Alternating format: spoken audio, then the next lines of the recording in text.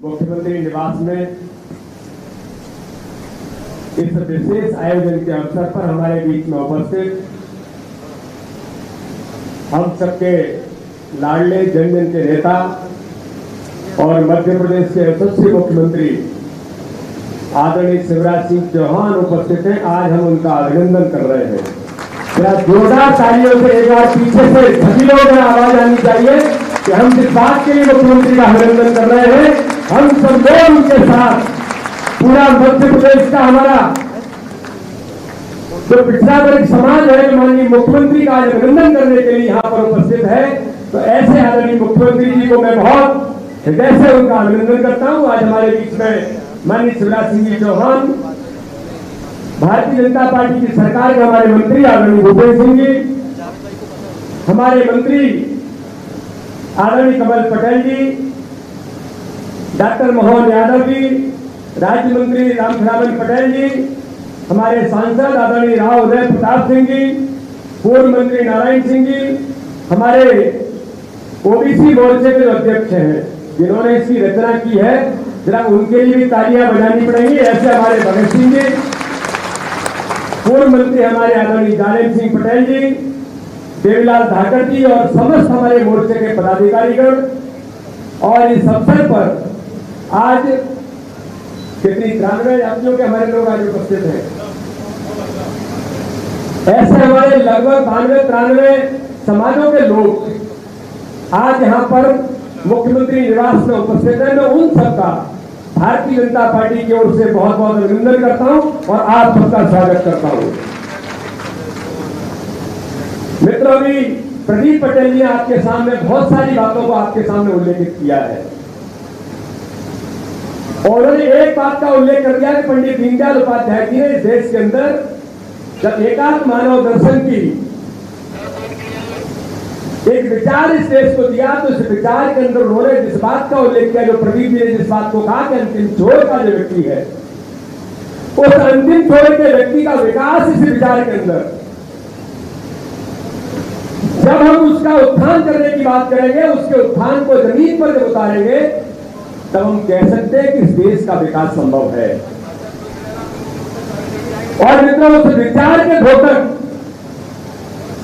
उस विचार में से निकले हुए जो व्यक्ति हैं, जिन्होंने छात्र जीवन के अंदर ही, मुझे ध्यान दें, हम लोग जब उनको सुनते हैं और उनके बारे में जब जानने का प्रयास करते हैं, वो आज हमारे बीच हमारे मुख्यमंत्री ने, इसलिए प्रशंसा नहीं कर रहा हूं, एक ऐसा व्यक्तित्व जिसने अपने छात्र जीवन के अंदर से ही इस बात का बीज उनके मन के अंदर, उनके काम में प्रतिपादित हुआ था कि पंडित दीनदयाल उपाध्याय जी ने जो विचार दिया था, उस विचार को पूरा करने का काम शिवराज सिंह चौहान ने छात्र जीवन से प्रारंभ कर दिया था। और एक स्कूल के छात्र के नाते से समाज के उत्थान की बात हो, प्रदेश के विकास की बात हो, इन सारे मुद्दों पर उन्होंने जो काम प्रारंभ किया, और ये जो लीडरशिप हमारी यहाँ पर बैठी है, ये तो लीडरशिप भी ऐसी है कि इन सब ने, चाहे वो मंत्रीगण हो चाहे पदाधिकारीगण हो, इन सब लोगों ने भी समाज में संघर्ष के आधार पर अपना रास्ता बनाया है। मित्रों, आज इस बात के लिए माननीय मुख्यमंत्री का अभिनंदन कर रहे हैं, क्योंकि मुख्यमंत्री हर काम में उन गरीब वर्गों की, अपने सभी ओबीसी वर्ग से लेकर के हर समाज वर्ग की, मैं तो ये कहता हूं कि आज हमारा इतना बड़ा समुदाय, पूरे मध्य प्रदेश के लगभग 92-93 हमारे समाजों के प्रमुख आज हम सब लोग यहाँ पर मुख्यमंत्री निवास में आज यहाँ पर उपस्थित हुए हैं और आप सबका तहे दिल से माननीय मुख्यमंत्री जी ने स्वागत किया है। लेकिन मुख्यमंत्री जी ने मध्य प्रदेश का कोई समाज नहीं छोड़ा है। मध्य प्रदेश के माननीय मुख्यमंत्री ने जो रोड पर बैठ करके काम करने वाले लोग हैं, उनकी भी चिंता मध्य प्रदेश के अंदर की है। उन पंचायतों के माध्यम से 15 वर्षों के अंदर कोई गरीब, कोई ऐसा व्यक्ति है जिसको आज इस मध्य प्रदेश के अंदर वो जानता है कि हमको मुख्यमंत्री शिवराज सिंह चौहान हमारी चिंता करते हैं, तो उनको इस सीएम हाउस में बुला करके उनका सम्मान और अभिनंदन करने का काम भी माननीय मुख्यमंत्री ने गरीब और समाज वर्ग का इस मध्य प्रदेश के अंदर किया है। यह भारतीय जनता पार्टी का विचार है। ये पंडित दीनदयाल उपाध्याय का जो विचार प्रतिपादन हुआ उसको जमीन पर उतारने का काम माननीय मुख्यमंत्री शिवराज सिंह चौहान कर रहे हैं, भारतीय जनता पार्टी की सरकार कर रही है। और इसलिए मित्रों, हम कभी जब पूरे देश के अंदर देखते हैं, अभी प्रदीप जी इसका उल्लेख कर रहे थे कि इतने सालों तक लोगों ने राज किया, बहुमत की सरकारें नहीं, केवल वोट बैंक मान करके लोगों को कैसे वोट का आधार बनाकर हम सरकार बना सकते हैं, इसी काम को वो करते रहे। लोगों को केवल गुमराह कांग्रेस का नेतृत्व इस देश के अंदर करता रहा। लेकिन मित्रों, आज मुझे गर्व इस बात का होता है, जब इस देश के अंदर गरीब मां का बेटा, इस देश के अंदर एक गरीब हमारे ओबीसी जाति का पैदा हुआ वो व्यक्ति, जिसने अपना संपूर्ण जीवन इस भारत के विकास के लिए, गरीबों के उत्थान के लिए लगाया, और गरीब मां का बेटा जब देश का प्रधानमंत्री बना, तब उसको चिंता इस देश के अंदर हुई कि ओबीसी आयोग जो बना देश के अंदर, कमीशन तो बना दिया, लोगों को गुमराह करने के लिए बता तो दिया कि ओबीसी कमीशन बनेगा, लेकिन ओबीसी कमीशन को कभी संवैधानिक मान्यता नहीं दी। अगर संवैधानिक मान्यता मिलेगी तो फिर इनको अधिकार मिलेंगे, तो वोट बैंक मान करके कैसे उपयोग कर सकते हैं। लेकिन मित्रों, आज मुझे गर्व इस बात का है कि देश के प्रधानमंत्री नरेंद्र मोदी जब बने, तो आज हम सब लोग इस बात के लिए माननीय मुख्यमंत्री का अभिनंदन भी कर रहे हैं। मैं तो कहूंगा कि माननीय प्रधानमंत्री को भी उन्होंने ओबीसी आयोग को, देश के अंदर भाजपा की सरकार बनी और इस देश के अंदर ओबीसी आयोग को संवैधानिक दर्जा देने का काम देश के सबसे प्रधानमंत्री नरेंद्र मोदी जी ने किया। उनके लिए हम जोरदार तालियों के साथ उनका भी आज अभिनंदन करते हैं। और ऐतिहासिक अवसर है कि पूरे देश के अंदर, केंद्र के अंदर संवैधानिक दर्जा देने का काम भारतीय जनता पार्टी के सबसे प्रधानमंत्री नरेंद्र मोदी ने किया, तो हमारे मुख्यमंत्री शिवराज सिंह चौहान पीछे कैसे हट सकते हैं। उन्होंने तय किया कि अगर पूरे देश के अंदर ये संविधान का दर्जा अगर केंद्र के अंदर मिला है, तो मध्य प्रदेश पहला राज्य बना कि जिसने माननीय मुख्यमंत्री शिवराज सिंह चौहान ने ओबीसी आयोग को संवैधानिक दर्जा देने का काम मध्य प्रदेश के अंदर भी किया है।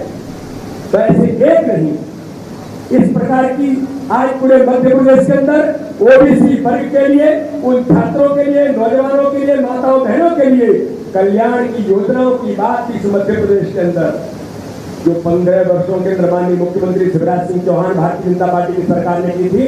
दुर्भाग्य मित्रों, यहाँ बैठे हुए सभी समुदाय के लोगों को मैं बोलना चाहता हूँ कि आज इस बात को मंच पर माननीय मुख्यमंत्री जी हमारे बीच रखेंगे। हमारे नेताओं ने जिन बातों का उल्लेख किया है, प्रदीप पटेल जी ने जिन बातों का उल्लेख किया है, इन सारी बातों को मध्य प्रदेश के अंदर मेरे मित्रों आपको एक एक व्यक्ति को इन बातों को जमीन पर ले जाना पड़ेगा, पूछना पड़ेगा। 15 वर्षों के अंदर ओबीसी वर्ग के लिए जिन योजनाओं का माननीय शिवराज सिंह चौहान ने प्रतिपादन किया था, और जमीन पर वो उतर करके उनके कल्याण के लिए, उनके उत्थान के लिए योजनाएं चालू हमारी सरकार ने, भारतीय जनता पार्टी की सरकार ने की थी। कमलनाथ जी और दिग्विजय सिंह जी बताओ आपने क्यों बंद की थी? उन गरीब बच्चों ने क्या आपका बिगाड़ा था? उन गरीब बच्चों के लिए जो माननीय मुख्यमंत्री शिवराज सिंह चौहान ने, भारतीय जनता पार्टी की सरकार ने जिन योजनाओं को उन गरीब बच्चों के लिए स्कॉलरशिप की व्यवस्था की थी, आपने उसको भी बंद कर दिया था। उसके भी बजट में कटौती आपने कर दी थी। इन सारी बातों को हम लोगों को इनके साथ पूछना पड़ेगा। इसका जवाब मध्य प्रदेश का ओबीसी वर्ग का एक एक व्यक्ति आपसे जानना चाहता है। लेकिन जिसको कहते हैं कि ये जो सरकार बनी मध्य प्रदेश के अंदर, ये सरकार मित्रों माननीय शिवराज सिंह चौहान ने मुख्यमंत्री बनने के लिए नहीं बनाई, मैं मुख्यमंत्री बनूंगा इसके लिए नहीं बनाई। अरे सरकार माननीय मुख्यमंत्री शिवराज सिंह चौहान भारतीय जनता पार्टी के नेतृत्व में बनाई इन गरीब वर्गों के लिए, ओबीसी वर्ग के लिए, जो मध्य प्रदेश को बचाने के लिए काम होना चाहिए, उसके लिए मध्य प्रदेश के अंदर भाजपा की सरकार बनी। और इसलिए मित्रों आगामी समय में जो समय हमारा है, इस समय में हम सब लोगों को मिलकर के मध्य प्रदेश को बचाने के लिए जो सरकार बनी है, और किस बात के लिए मध्य प्रदेश के अंदर हमारे गरीबों के कल्याण के लिए, ओबीसी वर्ग के कल्याण के लिए माननीय मुख्यमंत्री ने जिन बातों का उल्लेख किया है, और माननीय मुख्यमंत्री ने जिन बातों को जो 15 वर्षों के अंदर शुरू की थी पुनः उन योजनाओं को शुरू करके हमारे गरीब वर्ग के और ओबीसी वर्ग के उत्थान के लिए उन योजनाओं को पुनः प्रारंभ किया है। इन सबको बचाने के लिए मध्य प्रदेश के अंदर मुख्यमंत्री शिवराज सिंह चौहान की सरकार और ताकत के साथ चाहिए। माननीय मुख्यमंत्री के हाथ मजबूत करने के लिए, भारतीय जनता पार्टी के मुख्यमंत्री को ताकत देने के लिए मैं आप सब लोगों से पूछना चाहता हूं, क्या मध्य प्रदेश के अंदर शिवराज सिंह चौहान जरूरी है कि नहीं है? क्या पीछे से बताइए, जरूरी है कि नहीं है? तो मित्रों, आज मेरा आप सब लोगों से विनम्र अनुरोध है कि जो बात मंच से कही जा रही है, यहाँ से जाने के बाद एक एक क्षेत्र के अंदर हम इन बातों के लिए ओबीसी वर्ग के लिए भारतीय जनता पार्टी की सरकार ने केंद्र राज्य के अंदर संवैधानिक दर्जे के साथ नौजवानों के फीस और स्कॉलरशिप के साथ हर प्रकार के उनके गरीबों के कल्याण की योजनाओं को प्रारंभ करके उनके उत्थान के लिए संकल्प लिया है। मैं आप सब लोगों से अनुरोध करूंगा, इन बातों को हम जमीन पर ले जाने का काम इस सम्मेलन के बाद हम सब लोग करें। इसी आशा और विश्वास के साथ आप सबका पुनः एक बार अभिनंदन। जय हिंद, जय भारत।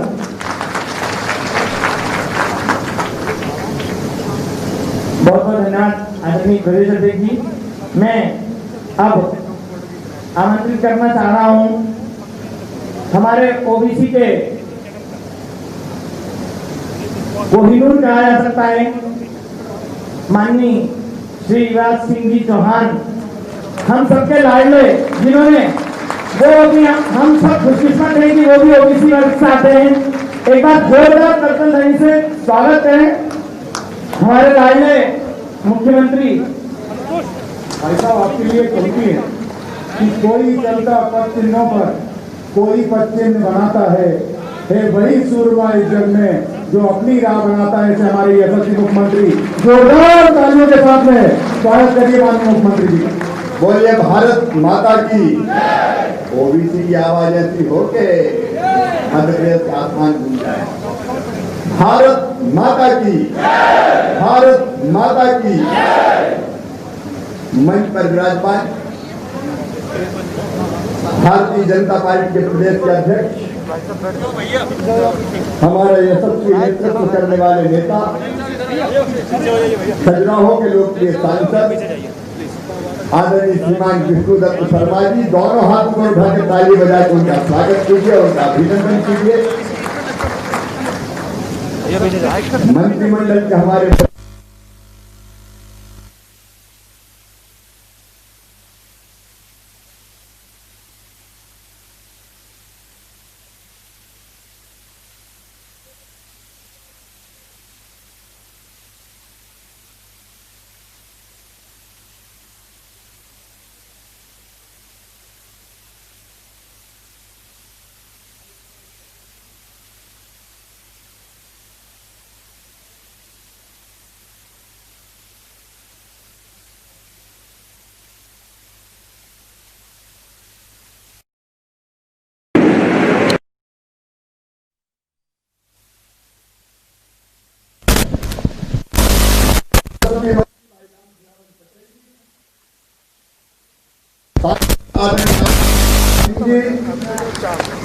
पूर्व मंत्री हमारे वरिष्ठ नेता नारायण सिंह कुशवाहा जी, हमारे भोले भंडारी भोले भगत अध्यक्ष हमारे मोर्चे के भगत सिंह कुशवाहा जी, हमारे पूर्व मंत्री लोग के विधायक भाई जालम सिंह पटेल जी, जोर से ताली बजाइए। आदरणीय विधायक साथी देवीलाल धाकर जी, प्रेम शंकर वर्मा जी, शैतान सिंह पाल जी और हमारे प्रहलाद भैया भी पीछे बैठे हैं, प्रहलाद मोदी जी विधायक हमारे, अब राधेलाल जी, अब प्रथम पंक्ति होगी, द्वितीय पंक्ति वाले मैं चलूँ सम्मानी मंच, ठीक है जी। सभी समाजों के समाजों के मुखिया बैठे, मैं पीछे भी मुझे आपको प्रणाम करता हूँ और आगे भी श्री झूठा के आप सबको प्रणाम करता हूँ। ऐसे हमारे सभी वरिष्ठ साथीगण, पिछड़ा वर्ग मोर्चा भारतीय जनता पार्टी के हमारे सभी पदाधिकारीगण, मेरी प्रिय बहनों, मेरे भाइयों और भांजियों, आप सबको दोनों हाथ जोड़ के प्रणाम करता हूँ, आप सबको नमस्कार करता हूँ। सबसे पहले मुख्यमंत्री निवास में मेरे थोड़ी सभी का आप सबका हृदय से स्वागत है, आप सबका हृदय से अभिनंदन है। 1.25 साल बाद अपन फिर आ गए। क्या एक ही अनेकों कार्यक्रम अभी हमारे अध्यक्ष जी बता रहे, उसके पहले राम खिलाफत जी ने बता, भाई प्रदीप पटेल जी बता रहे। मेरे मित्रों, मैं एक बात आपको बताना चाहता हूं, इतने वर्षों तक मध्य प्रदेश में कांग्रेस की सरकार रही, लेकिन पिछड़ा वर्ग कल्याण मंत्रालय कभी नहीं बनाया। अगर बनाया तो 2012 में शिवराज सिंह चौहान और भारतीय जनता पार्टी की सरकार ने ये मंत्रालय निकाल दी। 52% पिछड़ा राज्य कांग्रेस की नजर में होते ही था। दायित्व के कल्याण की बात करो, ज्वाइंट का मंत्रालय बनाओ, ये तो हम इधर चले उधर चले जाते कर लेते। पहली बार 2012 में पिछले वर्ग के कल्याण के लिए अलग से मंत्रालय बनाने का काम किया तो भारतीय जनता पार्टी की सरकार ने। कांग्रेस बातें केवल करती है, भलाई का काम करती है। अरे एक बार अगर सोचते देखो, कितने मुख्यमंत्री हुए और कितने प्रधानमंत्री हुए कांग्रेस के बनाने में, तो ये कार्य पिछले वर्ग का बनाया। अरे बनाया गया मध्य प्रदेश का इतिहास उठा के देख लो, केवल बात करते हैं, तुमने मंत्रालय तक नहीं बनाया। अगर पिछले वर्ग को संवैधानिक आयोग का दर, अगर आयोग भी बनाया तो झुंझुना बना दिया, जिसके बहुत से अधिकारी संवैधानिक अधिकार थे ही नहीं, केवल एक झुंझुना दे दिया था कांग्रेस। लेकिन नरेंद्र मोदी जी भारत के यशस्वी प्रधानमंत्री, उनको मैं प्रणाम करता हूं, उन्हें ऐतिहासिक काम किया इस देश में, पिछले वर्ग आयोग को संवैधानिक आयोग का दर्जा दिया। जोरदार ताली बजाकर प्रधानमंत्री नरेंद्र मोदी। उन्हें आयोग को उठा लेकिन कोई काम नहीं, सिफारिश करे कोई माने नहीं, अफसर बुलाए कोई आए नहीं, क्योंकि संवैधानिक तो भाई करा दे तो मानने की कोई बात नहीं, सुझाव दे तो कोई सुनने वाले नहीं था। ऐसा इन्हें आयोग बनाया। आज मुझे कहते प्रसन्नता है, तुम्हारा सरकार जब बना तो पहले तो कोविड था, कोरोना हम आए, उससे पहले कोरोना खा गया। और पिछले तो मुख्यमंत्री से भैया दादा, उन्हें कोरोना की कोई व्यवस्था ही नहीं थी। आई-फाई की व्यवस्थाओं में जरूर लगी। अभी मैंने आपको बता दिया कि 2% पैसा झटकने को बताता है। आई-फाई के आने लगे और सरकारी खजाने से आई-फाई के लिए पैसा, कोरोना कंट्रोल करने के लिए पैसा नहीं था। एक कंपनी को पकड़ा दिए 11 करोड़ रुपया केवल विज्ञापन के लिए, उद्योगपतियों से पैसे वसूल लिए। हमने तय किया एक पैसा जो आई-फाई के आयोजन के लिए दिया था वो वापस लाया जाएगा और कोरोना के काम में लगाया जाएगा, ताकि गरीबों का इलाज कर सके। उनको फुर्सत नहीं पिछले वर्ष से करना। मेरा तो 4-5 महीना तो कोविड से निकल गए।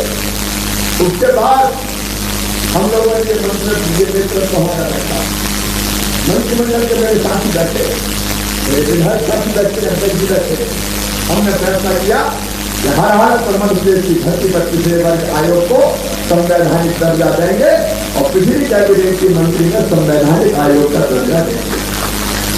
आयोग होगा पावरफुल, अध्यक्ष बनेगा, उपाध्यक्ष बनेंगे, सदस्य बनेंगे, वो पिछला वर्ग की समस्याएं सुनेंगे, समाधान के उपाय सुझाएंगे, नई नई योजनाओं के सुझाव सरकार को देंगे। और सरकार के मुखिया के नाते मैं आपको विश्वास दिलाता हूं, पिछले वर्ग के कल्याण के लिए पिछला वर्ग आयोग जो अनुशंसा करेगा तो सारी अनुशंसाएं लागू की जाएगी। क्या किया था कांग्रेस ने? आज बड़ी बड़ी बातें कर रहे हैं।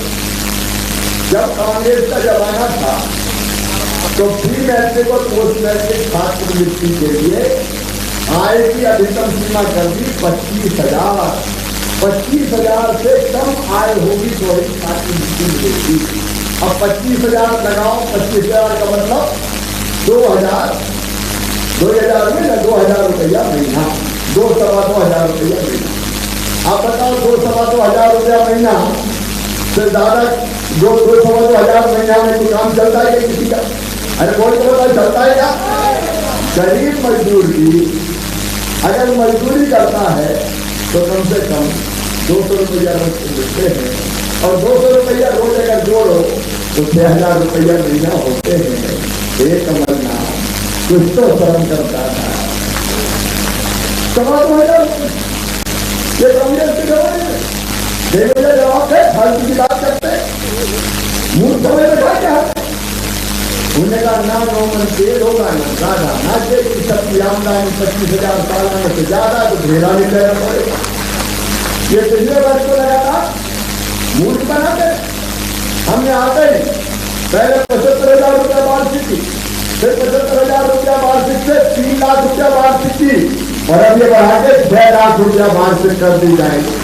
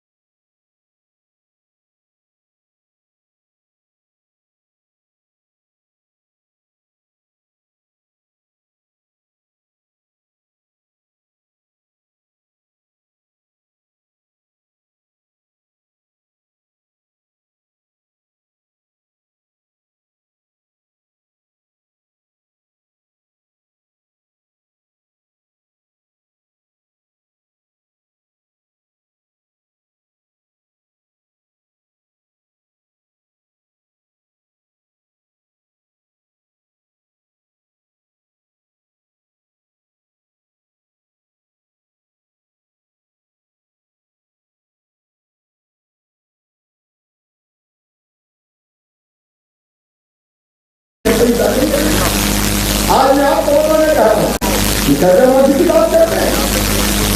कर्जा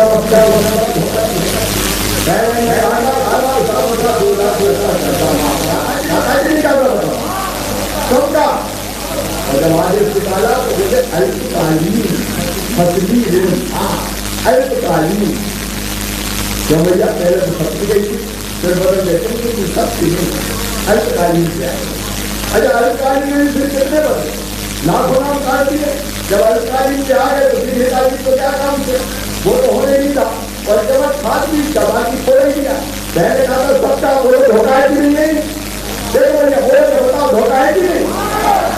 और उसके बाद फिर इन्होंने क्या किया, इन्हें ये किया कि 18 मार्च 31 मार्च 2018 तक जिनका कर्जा था केवल उनके माफ करेंगे, मार्च से लेकर दिसंबर 2018 तक पैसा कमलनाथ आ गए और लाखों नाम बाहर कर दिए कि नहीं कर दिए।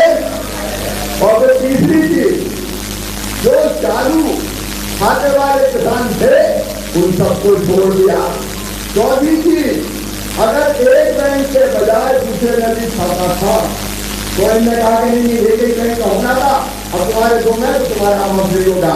लाखों किसान पैसे काट दिए, फिर 2 लाख तक, 2 लाख से ज्यादा लेके थे, उन्हें कहा तुम्हारे 2 लाख से तो आई नहीं, क्या उसको सफा साफ कर दिया। काटते काटते तेरा में फिर बच्चा क्या कर दिया कर्जा माफी में, बोला कहा निकली किया वो भी मरी हुई लग जाते बूढ़े कमला कर जमा कितने का किया, 6,000 करोड़ का। और वो भी पूरे दिए नहीं, आधे बैंकों के बच्चे बढ़ दिए। और बेईमानी इतनी कमर बदल को कहते मैं FIR करवाऊंगा, बेईमानी इतनी के प्रमाण पत्र बांट दिए और बैंकों को पैसा दिए ही नहीं। ये कर्जा माफ है। एक तरह कांग्रेस की कर्जा माफी बोलो धोखा है कि नहीं, इससे इरादा करना है धोखा है कि नहीं। और दूसरी तरफ 6 महीना में देख लो भैया, आते ही ये रोते रहते थे पैसा लेंगे, आते ही हमने 2200 करोड़ रुपया प्रीमियम फसल बीमा योजना का भरा और किसानों के खाते में 3,100 करोड़ रुपया डलवाए 8 दिन के अंदर। मैं 23 मार्च को मैंने शपथ ली, 29 मार्च को हमने 2200 करोड़ डाल के 3100 करोड़ किसान के खाते में डलवाए। उसके बाद किसान भाइयों, उसके बाद फिर प्रीमियम जमा करके ये 2018 का फिर प्रीमियम जमा करवा के 1920 के रबी और खरीद से फिर 4,600 करोड़ फसल बीमा योजना के पहले। तो 4,600 करोड़ और 3,100 करोड़ कितने हुए, अरे हिसाब लगाओ भैया, 7,800 करोड़ रुपया। इसके बाद फिर प्रधानमंत्री जी ने प्रधानमंत्री किसान सम्मान निधि के डाल दिए 1,600 करोड़ रुपया। कितने हो गए, अरे कितने हो गए, गिनो तो कोई। अरे 7,800 के बाद 9,400 करोड़ और अभी और 2 किस्त आने वाली है, मतलब अभी आने वाले हैं 3,280 करोड़ प्रधानमंत्री जी वाले। कितने हो जाएंगे, 12,600 करोड़। उसके बाद हमने सोचा मोहम्मद की चाहे तो पीछे रहता है, ये 6,000 रुपये मजा नहीं आ रहा, तो हमने कहा 4,000 रुपये हड़ताल हो जाएंगे सब किसानों को। सोचा भैया कोई के पास चाहे 100 भर जमीन हो, चाहे आधा एकड़ हो, चाहे 1 एकड़ हो, सबको मिलेगा, कोई नहीं छोड़ेंगे नीचे से लेकर ऊपर तक। और कितना मिलेगा इससे, 3,280 करोड़ रुपया। अभी फटाफट काम करना है, जल्दी से जल्दी डालना है। तो कितने हो जाएंगे बताओ, 3,200 और दो, 3,280 करोड़ दो है, 15,680 करोड़ हो गए। अब इसके बाद सुनो, फसल का कोई किसान नुकसान का हुआ था कि नहीं हुआ, कमलनाथ ने भेजा दिया क्या, भेजा नहीं दिया। अभी मैंने फसलों का आकलन करवाया है, गाँव जाकर करवाना, किसान भाइयों चिंता मत करो, राहत की राशि देने में कोई कसर नहीं छोड़ेंगे।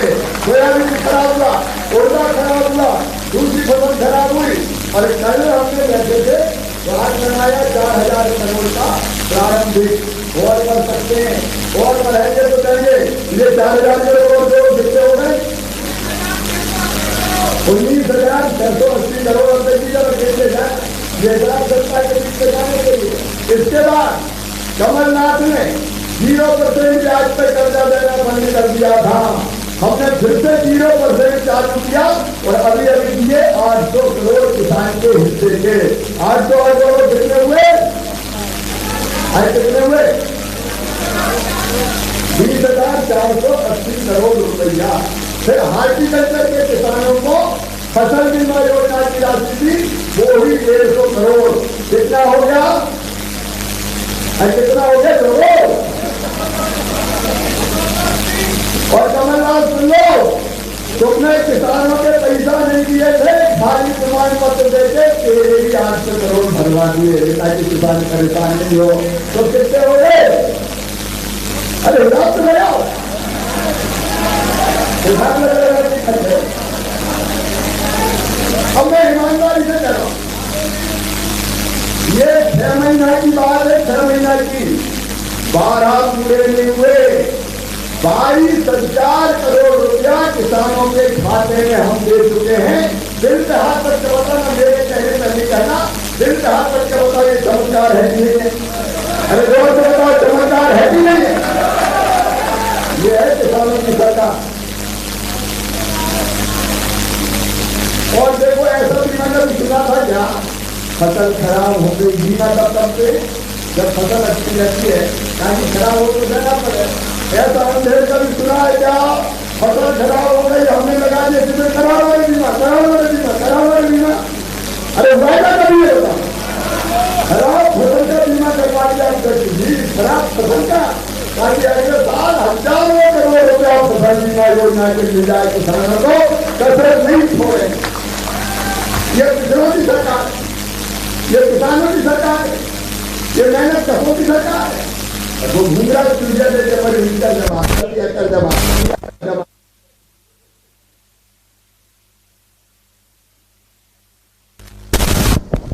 क्या हम कभी करते नहीं करता?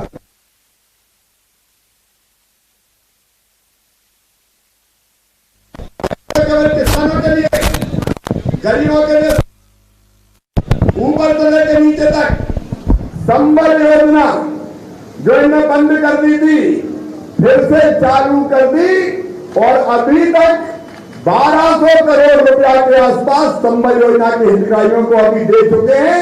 और फिर मैं कह रहा हूं, जाके कह दो पिछड़े वर्ग के बेटा बेटियों से भी, सब गरीब बेटा बेटियों से भी मेधावी बच्चे हैं तो फीस सब मामा भरवाएगा, चिंता मत करना रे। खूब बड़े मेडिकल कॉलेज, इंजीनियरिंग कॉलेज की पढ़ाई करें। उनमें तो बेटी के ब्याह के पैसा भी खा गए, 51,000 के घेरा नहीं दिया भैया ने, कुछ तो शर्म करते। अब सारी योजनाएं फिर से चालू। मैं एक एक योजना गिनाऊंगा तो आधी रात यहाँ हो जाएगी, इसलिए एक एक योजना नहीं गिना। लेकिन अब फिर से शादी होगी, फिर से तीर्थ यात्रा होगी, और गरीब बहन बेटा बेटी को जन्म देगी तो जन्म के पहले 4,000 और जन्म के बाद 12,000 भैया लड़ुआ खाने भिजवाएगा। फिर से वो कमलनाथ ने बंद कर दी। की कांग्रेस की सरकार पे कहना चाहता हूं, एक्सीडेंट में मौत तो 4 लाख, सामान्य मौत तो 2 लाख, अंतिम संस्कार के लिए 5,000 को कफन के भी कमलनाथ खा गए। फिर से संबल योजना हमने चालू कर दी ताकि गरीब पिछड़े मेरे भाई बहन उनको पूरा लाभ मिले। काहे की बात करती कांग्रेस? कोरोना काल में पिछले वर्ग के बेटा बेटियों की स्कॉलरशिप देने का काम किया, 480 करोड़ रुपया खाते में डालने का हमने काम किया है, और पता नहीं कितने बैरियर लगा दिए थे ताकि पिछड़ों को छात्रवृत्ति देनी नहीं पड़े। अब हमने फिर से चालू कर दिए, आय की सीमा हमने अब फिर से बढ़ाने का काम किया है। और सही बताया था प्रदीप पटेल जी ने, जब आप गाँव गाँव में जाके कह देना, अगर शहर में हमारे बच्चे आके पढ़े पिछले वर्ग के भी और हॉस्टल में जगह नहीं मिले तो हमारे बच्चे किराए का कमरा ले लें, 2 बच्चे मिलकर ले लें, कमरे का किराया मामा भरवाएगा, भांजे भाइयों को नहीं चुकाना पड़ेगा। हर जिले में हमने छात्रावास खोलने का फैसला किया। हमने सब जगह 524 छात्रावास पिछड़े वर्गों के, कभी कांग्रेस ने बनाया था क्या? कमलनाथ तुमने तो पिछड़े वर्गों के छात्रावास पे काम कर रहा चल रहा था, एक कंकर नहीं लगने दिया, एक पत्थर नहीं लगने दिया, सारे छात्रावासों में तुमने काम बंद कर दिया। अब सारे छात्रावास हमारे फिर से चालू होंगे। और इसके साथ हमने दिल्ली में भी हमारे जो उच्च शिक्षण संस्थाओं में पिछड़े वर्ग के भी बेटा बेटी पढ़ते हैं, उनको शिक्षण संस्थाओं में जो अध्ययन करते हैं, किराए पे कमरा लेने के लिए छात्र गृह योजना बनाई है ताकि ज्यादा किराया देने का बोझ उनके माता पिता के सिर पे ना रहे। और सुनो, पहले ही तय कर दिया था, इन्हें बंद कर दी थी, विदेश कोई पिछड़े वर्ग के मेधावी बच्चे जाएंगे तो चिन्हित बच्चों की फीस चाहे 15 लाख रुपया साल भी हो तो वो भी मामा भरवाएगा, चिंता मत करो। कब कांग्रेस ने किया, मैं पूछना चाहता हूँ। ये भारतीय जनता पार्टी की सरकार ने किया। और वैसे ही हमने पिछड़े वर्ग के बच्चे रोजगार स्वरोजगार के काम में लगे, इसलिए हमने योजना बनाई थी, 2009 में बनाई थी, जिसमें हम कहते थे 30% अनुदान देंगे और अधिकतम सीमा हमने उसकी कर दी थी। अधिकतम सीमा हम 30%, हमारे 2 लाख अगर लेंगे तो 60,000 रुपया अनुदान दिया जाएगा। और हमने ये भी तय किया था कि उनका ब्याज हम भरवाएंगे ताकि पिछड़े वर्गों के बच्चे स्वरोजगार के काम में लग सके। वो योजना इन्हें बंद कर दी थी। पॉकेट मनी की बात प्रदीप पटेल जी ने बताई। और एक और धोखा इन्हें किया, 27% आरक्षण का धोखा। मैं बड़ी गंभीरता शिद्दत के साथ कहना चाहता हूं, इनने केवल मंत्रिमंडल में प्रस्ताव पास कर दिया और हाई कोर्ट में जाके स्टे करवा दिया। अब झूठा झूठा बोलते हैं। मैं पूरा रिकॉर्ड निकाल के बताऊंगा। पेशियां जब होती थी हाई कोर्ट में, इस कांग्रेस की सरकार ने कभी वकील खड़ा नहीं किया।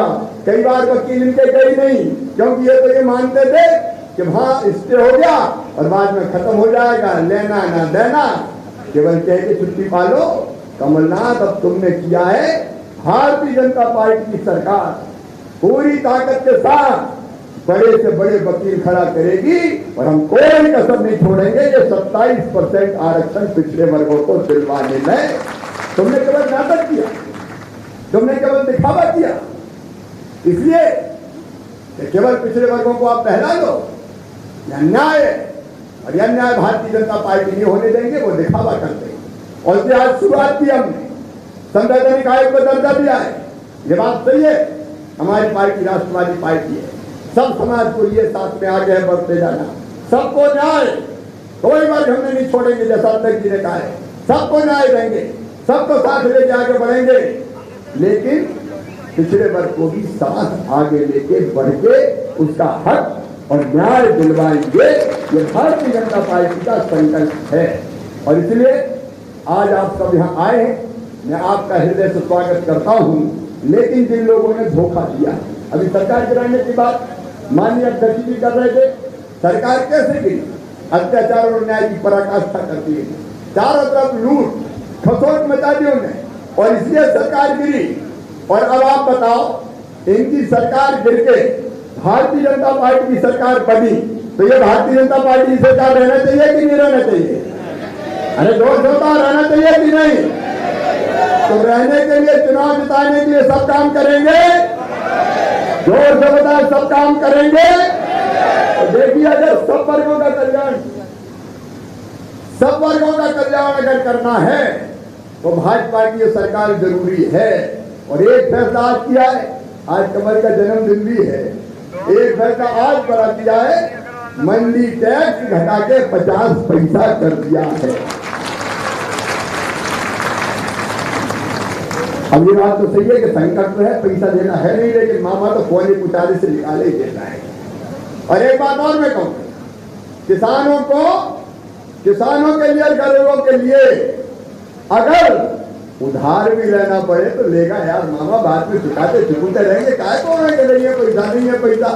अरे गरीब और किसानों के लिए उधार लेने में कोई हर्जा तो नहीं है? जोर से बताओ, हर्जा तो नहीं है? तो भैया खराब समय निकालेंगे उसका भी धीरे धीरे, ये समय भी निकलेगा और कल फिर अच्छा समय आएगा तब चुका देंगे यार। लेकिन अभी से क्या करो, है ही नहीं। हम कह रहे हैं कोई कमी नहीं है, चिंता मत करो, भारतीय जनता पार्टी की सरकार है। आओ मेरे बहनों भाई, संकल्प लें कि सरकार को बरकरार रखेंगे, गरीबों को, पिछड़े वर्गों को, समाज के सब वर्गों को न्याय दिलवाने का भी काम करेंगे। और ये संकल्प लेने के लिए दोनों हाथ ऊपर उठा के, दोनों मुट्ठी बांध के खड़े होकर संकल्प लो, भाजपा को 28 सीटें जिता रहे हैं। खड़े होकर आप सबको जवाबदारी, अकेला हमारे काम नहीं है। उठाइए दोनों हाथ, खड़े होकर संकल्प हो रहा है। अब ये अधूरा नहीं रहे, अधूरा तो नहीं रहेगा। उठाइए दोनों हाथ, बांधिए दोनों मुट्ठी, बोलिए भारत माता की जय, भारत माता की जय, भारत माता की जय। प्रणाम, नमस्कार। बहुत बहुत धन्यवाद आदरणीय मुख्यमंत्री जी, आपने जो सौगात पिछला वर्ग को और प्रदेश के किसानों को दी है उसके लिए ओबीसी समाज आपका तहे दिल से स्वागत करता है, हार्दिक अभिनंदन करता है। मैं समाज के कुछ अध्यक्षों से आग्रह करता हूँ कि वे कृपया मंच पर पधारें और बेटी भाई साहब